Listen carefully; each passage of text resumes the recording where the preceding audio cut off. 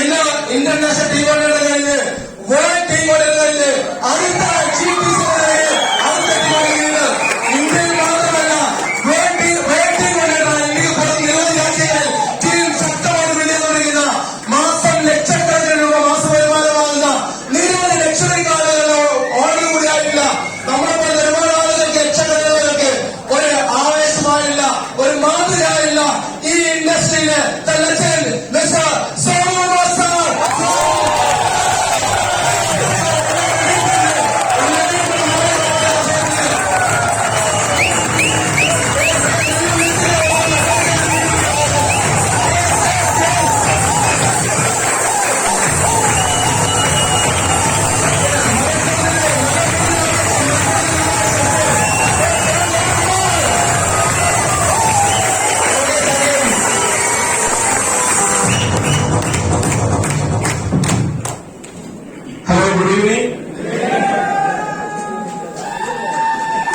വളരെയേറെ സന്തോഷമുണ്ട് മലപ്പുറത്തിന്റെ മണ്ണിൽ വരാൻ സാധിച്ചത്.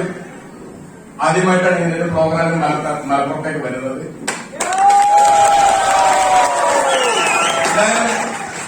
എല്ലാവരും വളരെ ക്ഷമയോടുകൂടിയാണ് ഇരിക്കുന്നത് പറയാൻ പറ്റില്ല, നിൽക്കുന്നത്. എന്തായാലും ചെറിയ സമയം കൊണ്ട് നമുക്ക് വൈദ്യം ചെയ്യാം, കുഴപ്പമില്ല. പക്ഷെ ആ സമയത്ത് കുറച്ചു സമയം തന്നെ കേൾക്കണം. നിങ്ങള് വളരെ ശക്തമായിട്ടുള്ള ബിസിനസിന്റെ ഓപ്പർച്യൂണിറ്റി കേട്ട് കഴിഞ്ഞു.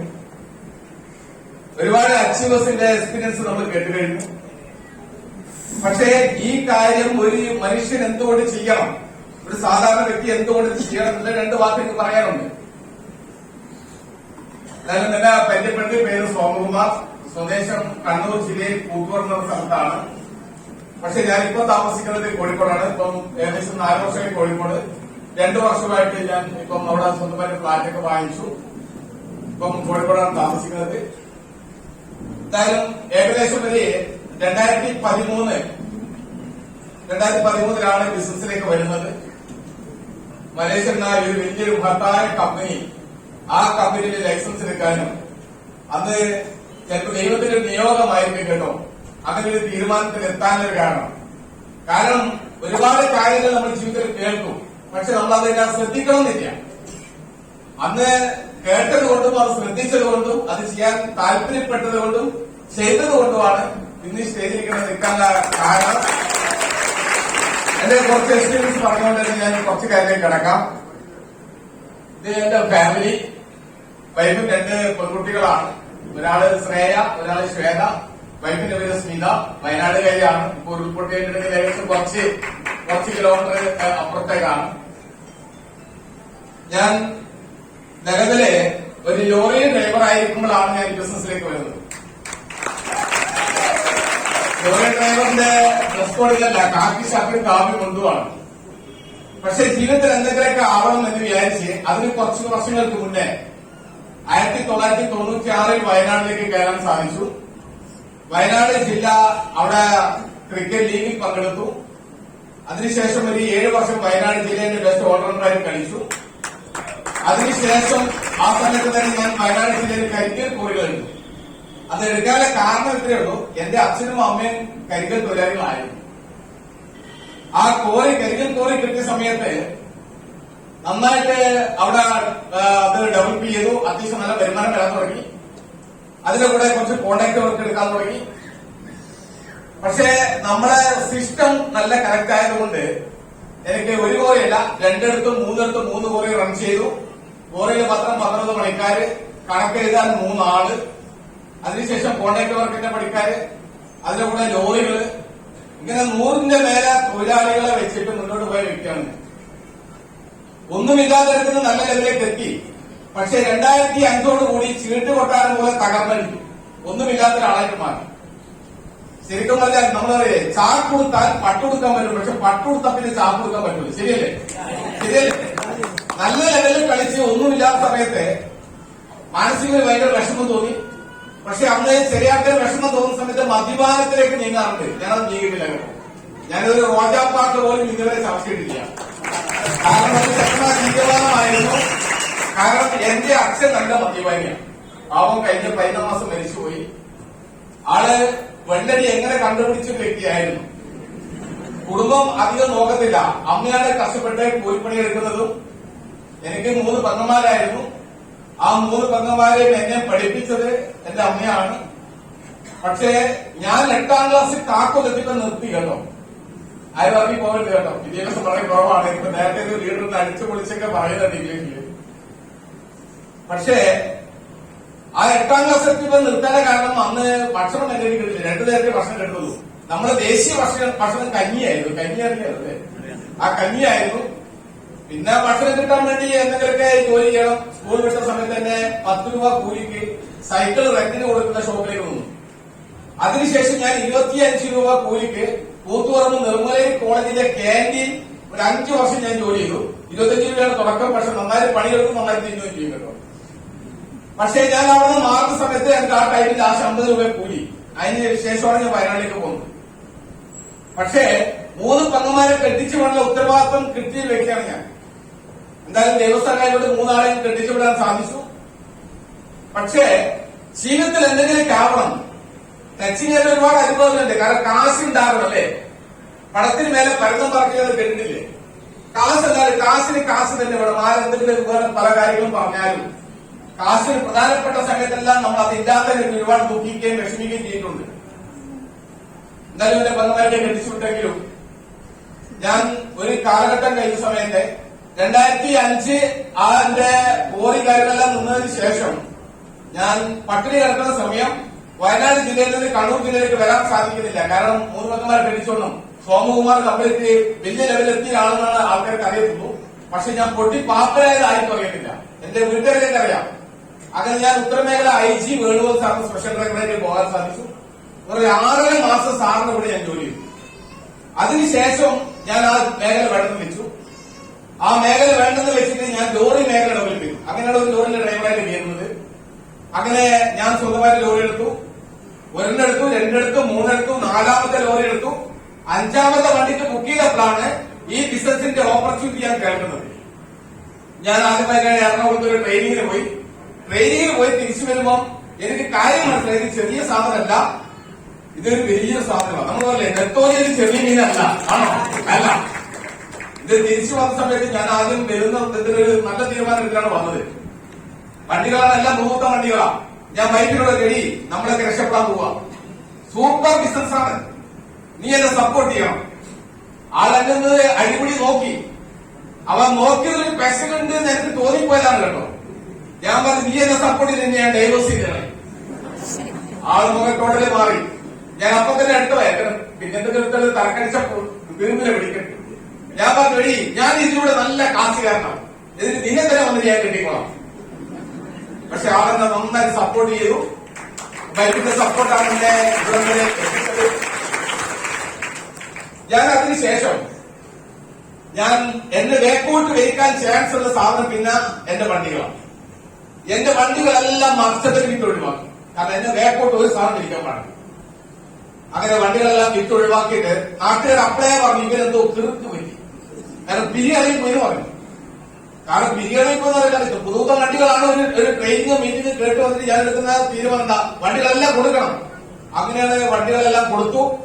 പക്ഷേ വണ്ടികൾ കൊടുത്തെങ്കിലും ഈ ബിസിനസ്സിൽ രക്ഷപ്പെടണമെന്ന് വിചാരിച്ച് 100% സിൻസിയർ ആയിട്ടാണ് ഓടി. ഒരുപാട് പട്ടിണി കണ്ടിട്ട് കേട്ടോ. ഈ കയ്യടിക്ക് അന്നത്തെ എന്റെ വിശപ്പിന്റെ കയ്യടിയായിരിക്കും. പട്ടിണി കിടന്നിട്ടുണ്ട്. 200 രൂപയുടെ റൂമിലാണ് ഞാൻ താമസിക്കുന്നത്, റെന്റിന്. എന്റെ വീട്ടിലല്ല. ഞാൻ പോയ ഹോട്ടലിൽ നിന്ന് എനിക്ക് റൂം എടുക്കാൻ സാധിക്കില്ല. ലോഡ്ജിലാണ് റൂം കൊടുത്തത്. ലോഡ്ജിലല്ല, 200 രൂപയുടെ റൂം നിങ്ങൾ ചിന്തിച്ചാൽ മതി. കട്ടിൽ, ചെറിയ കിടക്കയും കട്ടിലും ഉണ്ട്. പക്ഷേ കിടന്ന് ഒരു 5 മിനിറ്റ് ആകുമ്പോഴത്തേക്ക് പുറത്തു നിന്ന് എന്തെങ്കിലും സാധനം കഴിക്കുന്നതായിട്ട് ഫീൽ ചെയ്യും. ഫീൽ ചെയ്തല്ല, കഴിക്കുന്നതാ. മൂട്ട ഒടുക്കത്തക്കടി.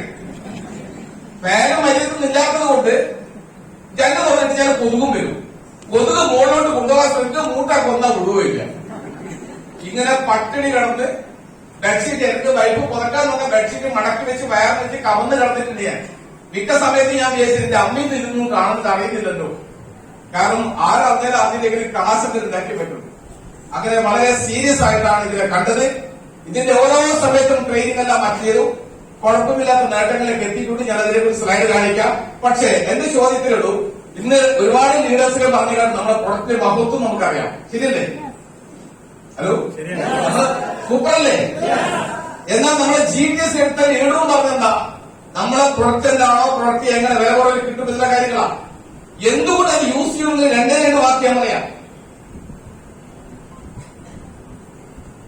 ഒന്ന് പറയുന്നത്, നമ്മളെ കുടിക്കുന്ന വെള്ളമെല്ലാം മലിനമാണ്, നമ്മളെ ശ്വസിക്കുന്ന വായു, കഴിക്കുന്ന ഭക്ഷണം, ഇതുകൊണ്ട് എല്ലാവർക്കും ഒരുപാട് ഹാനികരമായ പ്രോബ്ലംസ് ഉണ്ടായിട്ടുണ്ട്. ആൾക്കാർക്ക് അസുഖം ഉണ്ടായിട്ടുണ്ട്.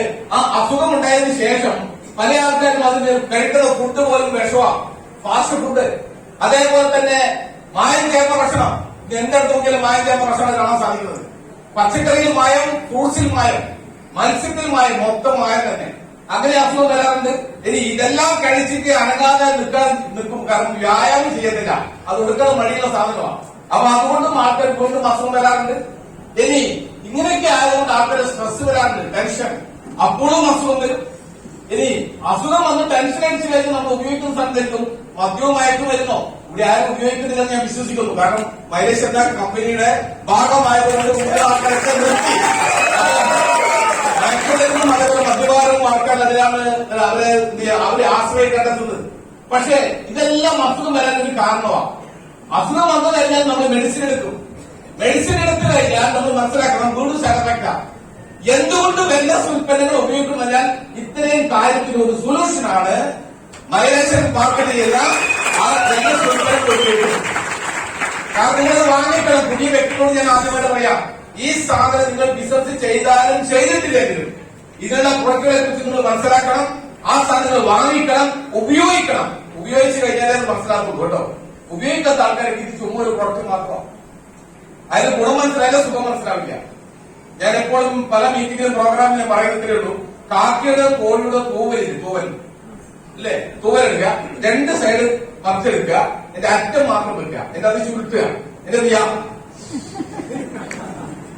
അല്ലേ, തിരിക.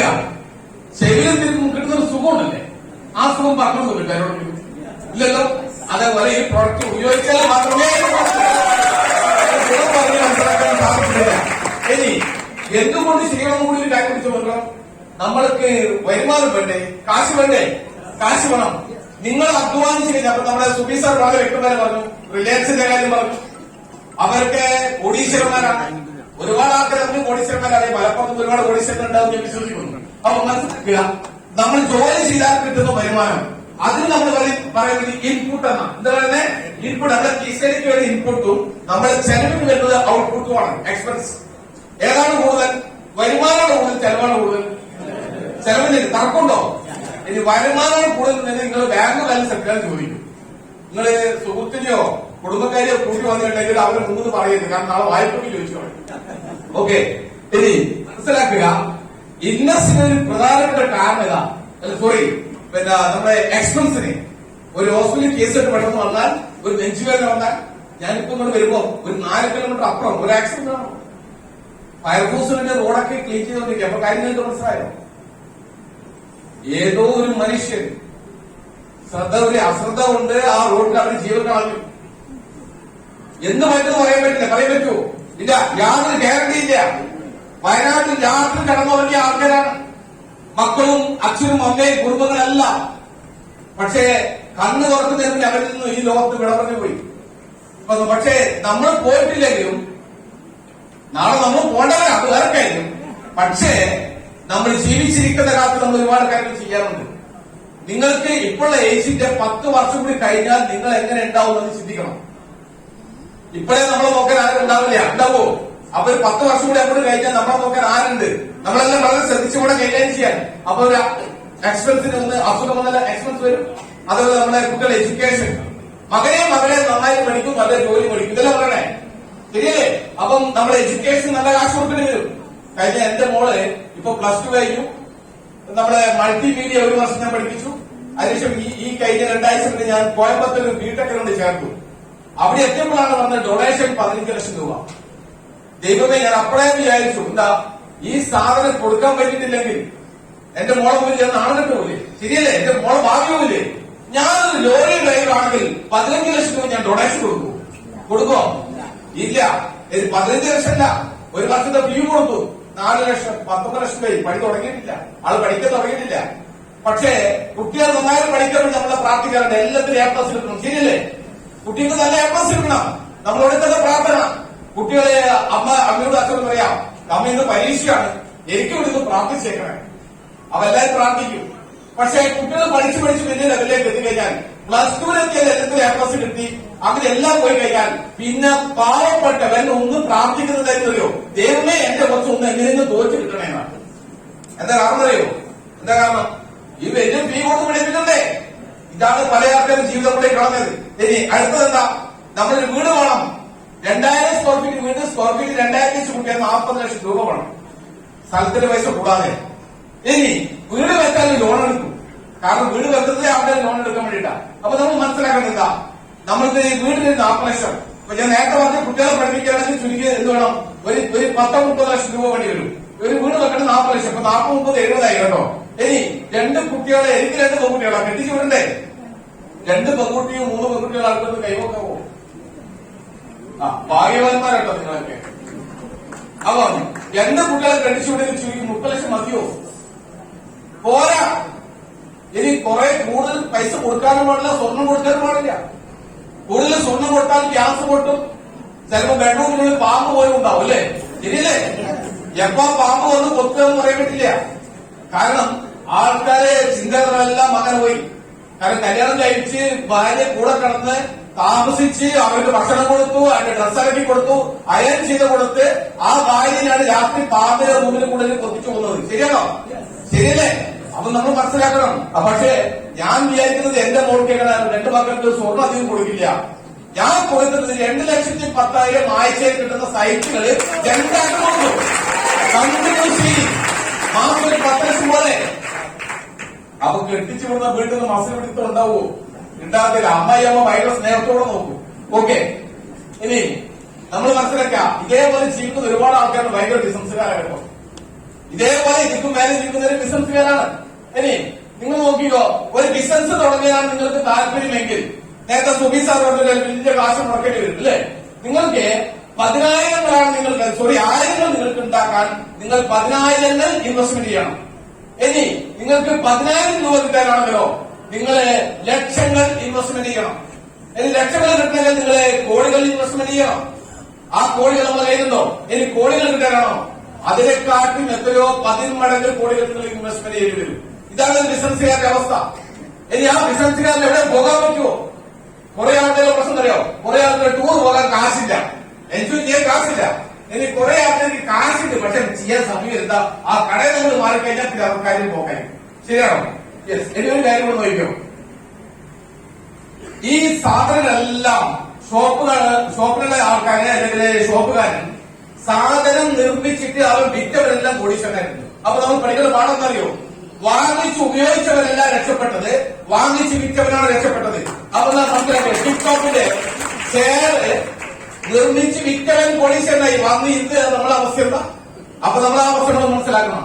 ഇനി അതേപോലെ തന്നെ മലബാർ ബോർഡിന്റെ ആരും ലക്ഷ്യം മാത്രമല്ലോ, അതൊന്നും നോക്കാൻ പരസ്യം കാണുന്നില്ല കേട്ടോ. അപ്പൊ മഹബത്കാരുടെ ചെറിയൊരു മാനസിക ബന്ധമുണ്ട്, അതുകൊണ്ടാണ്. അപ്പം ഇനി സ്വർണം നിർമ്മിച്ച് വിറ്റവൻ കോടീശ്വരനായിട്ടുണ്ട്, വാങ്ങിച്ച് നമ്മുടെ അവസ്ഥ എന്താ? ഹലോ, സ്വർണം വാങ്ങിച്ച് നമ്മുടെ അവസ്ഥ എന്താ? ആ അവസ്ഥ മനസ്സിലാണെന്നറിയോ? ടിവിയിൽ രാവിലെ പരസ്യം കാണുന്നെന്താ? സ്വർണം വാങ്ങിക്കാൻ വേണ്ടിയിട്ടാ എല്ലാ ജനങ്ങളും കൊടുക്കുന്ന പരസ്യം. ഭയങ്കര മോഹൻലാലിന് ഒരു പരസ്യം പറയാണ്, വീട്ടിൽ സ്വർണം വെച്ചിട്ട് എന്തിനാ നാട്ടിൽ തെണ്ടി നടക്കൂ. അപ്പൊ എല്ലാവരും ഒരു പണയം വെച്ചു. ശരിയല്ലേ? അപ്പൊ വിറ്റോൻ കോടീശ്വരനായി വാങ്ങിച്ച് നമ്മൾ എന്താണ് നമ്മൾ പഠിക്കണം. ഇനി MA യൂസുഫിൽ നോക്കിയോ, അയാൾ വാങ്ങിച്ച് വിറ്റിട്ട് അയാൾ കോടീശ്വരനായി, വാങ്ങിച്ച് ഉപയോഗിച്ച് നമ്മൾ കോടീശ്വരനായിട്ടില്ല. ആയോ? അപ്പൊ മനസ്സിലാക്കേണ്ടത്, വാങ്ങിച്ച് വിറ്റവരാണ് കോടീശ്വരനാവുന്നത്, വാങ്ങിച്ച് ഉപയോഗിച്ചവരല്ല. പക്ഷേ ഈ ബിസിനസിന്റെ മഹത്വം നിങ്ങൾ മനസ്സിലാക്കണം. വാങ്ങിച്ച് ഉപയോഗിച്ചാൽ നല്ല ആരോഗ്യം കിട്ടും, അത് നമ്മൾക്ക് വേറെ കിടക്കമില്ല, നിങ്ങൾക്ക് കോടീശ്വരനാകും. വേറെ കാര്യം പഠിക്കണം. MA യൂസഫിന്റെ കൂടെയോ അല്ലെങ്കിൽ നമ്മളെ വികാന്ത് ചിറ്റിന്റെ പള്ളിയുടെ കൂടെയോ അല്ലെങ്കിൽ മലബാറിന്റെ കൂടെയോ ആരോടെങ്കിലും ജോലി ചെയ്യുന്ന ഏതൊന്നും തൊഴിലാളി കോടീശ്വരനായിട്ടുണ്ടോ? ഉണ്ടോ? മൈനേഷ്യൽ മാർക്കറ്റിൽ വർക്ക് ചെയ്യുന്ന നമ്മളൊക്കെ കോടീശ്വരനായിട്ടുണ്ട്. ഞാൻ വലിയ കാശ് കിട്ടുന്നില്ലെങ്കിലും 4 മാസം കൊണ്ട് 1 കോടിക്ക് മേലെ വരുമാനമുണ്ട്. കോടീശ്വരനാണ്. അപ്പോ ഇനി അടുത്തതിലൂടെ പോകണം. കാരണം മിക്ക ആൾക്കാരും സാധനം നമ്മൾ ഈ ബിസിനസിന്റെ ഓപ്പർച്യൂണിറ്റി ആൾക്കാർക്ക് റെക്കമെൻഡ് ചെയ്യാറുണ്ടല്ലേ, അവരെ റിക്രൂട്ട്മെന്റ് ചെയ്യാറുണ്ട്. ഈ സേവന സാധനം നമുക്കൊന്ന് മാർക്കറ്റ് ചെയ്യാൻ പറ്റും, റീറ്റെയിൽ ചെയ്യാൻ പറ്റും. പക്ഷേ ഞാൻ വളരെ ശക്തമായി പറയും, വെൽനസിന്റെ ഒരു അവയർനെസ് കൊടുക്കാൻ നിങ്ങൾ തയ്യാറാണോ? Wellness awareness. നിങ്ങൾ ഓരോ വീടുകളിൽ പോയിട്ട് പറയുന്നതെന്നറിയോ, ആൾക്കാരുടെ ജീവിതശൈലി രോഗങ്ങൾ എന്താണ്, അതിനുള്ള പ്രശ്നങ്ങൾ എന്താണ്, അതിനൊരു സൊല്യൂഷനാണ് നമ്മളെ പ്രൊഡക്റ്റുകൾ. ഒരിക്കലും മരുന്നല്ല, മരുന്നായിട്ടാരും കാണരുത്. സകൽ ഫുഡ് സപ്ലിമെന്റ് ആണ്. ആ ഫുഡ് സപ്ലിമെന്റ് കഴിച്ചാൽ ഒരുപാട് ഗുണങ്ങൾ കിട്ടും. ആ ഗുണങ്ങളെ കുറിച്ച് നമ്മൾ സംസാരിക്കാനുണ്ട്. ഇനി ഇതൊക്കെ വിറ്റപ്പേർക്ക് നല്ല വരുമാനം കിട്ടിയിട്ടുണ്ട് കേട്ടോ. ആഴ്ച നമുക്ക് 210,000 പറഞ്ഞതല്ലേ. പക്ഷേ